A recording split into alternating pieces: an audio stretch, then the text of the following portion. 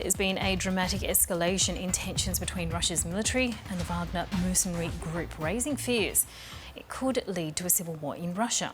Wagner's founder, Yevgeny Prigozhin, claims his troops have crossed the border back into Russia from Ukraine.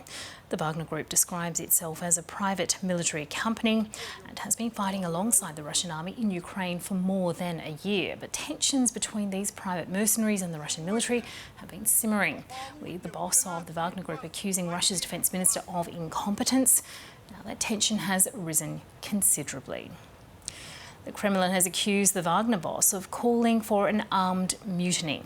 It comes after Yevgeny Prigozhin claimed the Russian military launched a military strike against his men. It's understood the Wagner fighters entered the southern Russian city of Rostov, according to this audio recording posted on Telegram. Right now, we have crossed the state borders in all directions. The Border Patrol came out to greet us and to hug our fighters. We're entering Rostov now. The units of the Defence Ministry, better say, the conscripts who were thrown here to block our way, stepped aside. We are not fighting the kids. We are not killing children.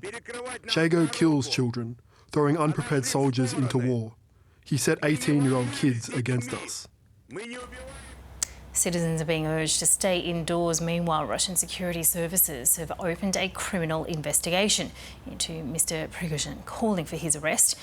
In Moscow, riot police and the National Guard have been scrambling to tighten security at key facilities.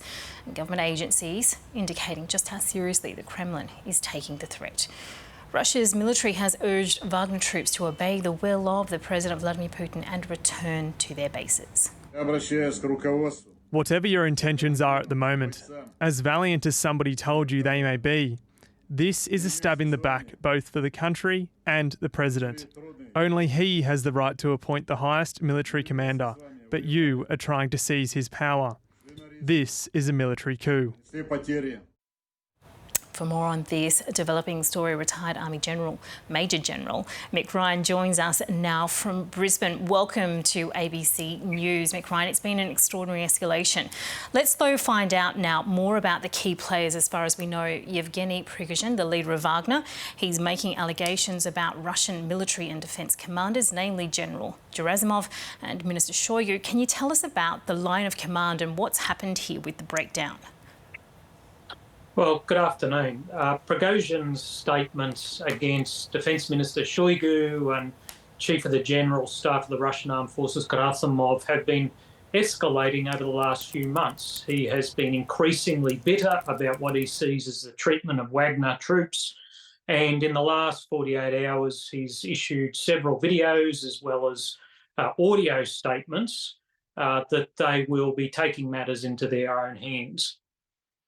So with this escalation, we've had those claims as well from Prigozhin around what he's alleging are actual targeted attacks on the Wagner mercenary group. Do we understand what might be actually in play here and just how significant it is in terms of the concerns that we're now seeing what could be steps towards civil war?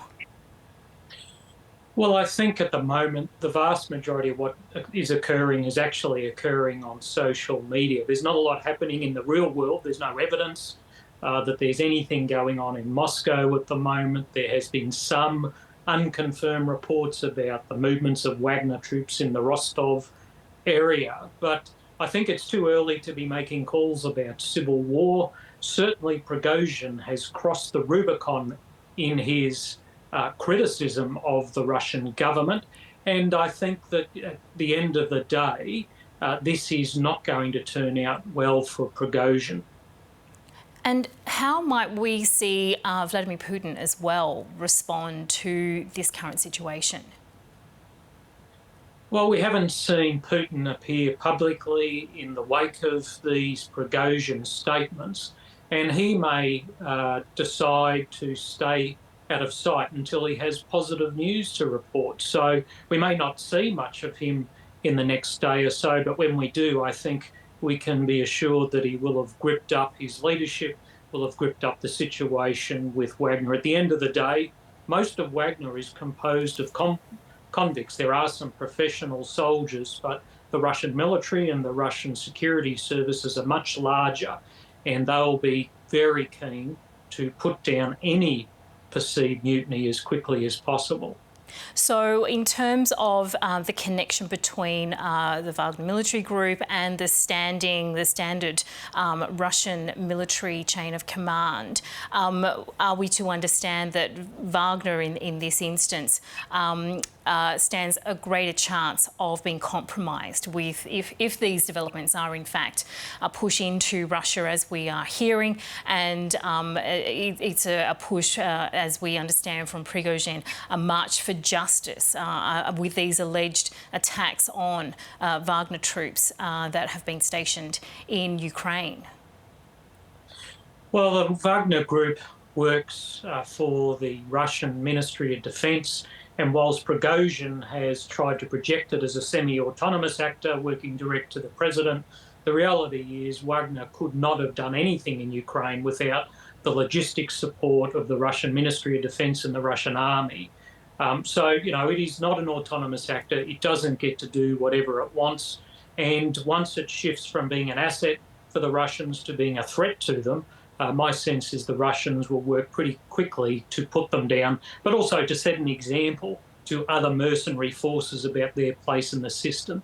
Finally, I'd just say there's great irony in Prigozhin talking about justice for his soldiers. At the end of the day, this is an extraordinarily brutal group that's murdered its own soldiers in combat and behave atrociously towards Ukrainians. So, I don't think there's going to be a lot of sympathy for Wagner on either side here. And Mick Ryan, let's also reflect now on what this might potentially mean for the offensives that have been underway in Ukraine. What do you anticipate there, given that we've seen such a lot of activity and targeted fighting in Bakhmut, for instance? Well, one thing the Ukrainians have been extraordinarily good at during this war is exploiting Russian weaknesses. No one knows the Russian army better than the Ukrainians. So they will see this as an opportunity. They will undoubtedly seek to exploit this on the battlefield, whether it's in the east around Bakhmut or in the south. But I expect we'll see them exploiting this diplomatically around the world and getting out to all those nations that are fence sitters in this war, saying, listen, do you really think you can sit on the fence anymore? This is a great opportunity to throw in your lot with Ukraine and help us beat Russia more quickly. Well, on that matter, Mick Ryan, what do you anticipate will be an international response to this latest development? Well, I think firstly, everyone will be watching closely. There's a lot of uncertainty. We know very little about what's going on here, and I don't think there will be too many countries wishing for a civil war in a country that has thousands of nuclear weapons. Certainly, regardless of about what happens on the ground, there will be a great deal of chaos in the Russian leadership, and the Ukrainians will exploit that. But I don't think anyone's wishing for a larger civil war in Russia at this point in time.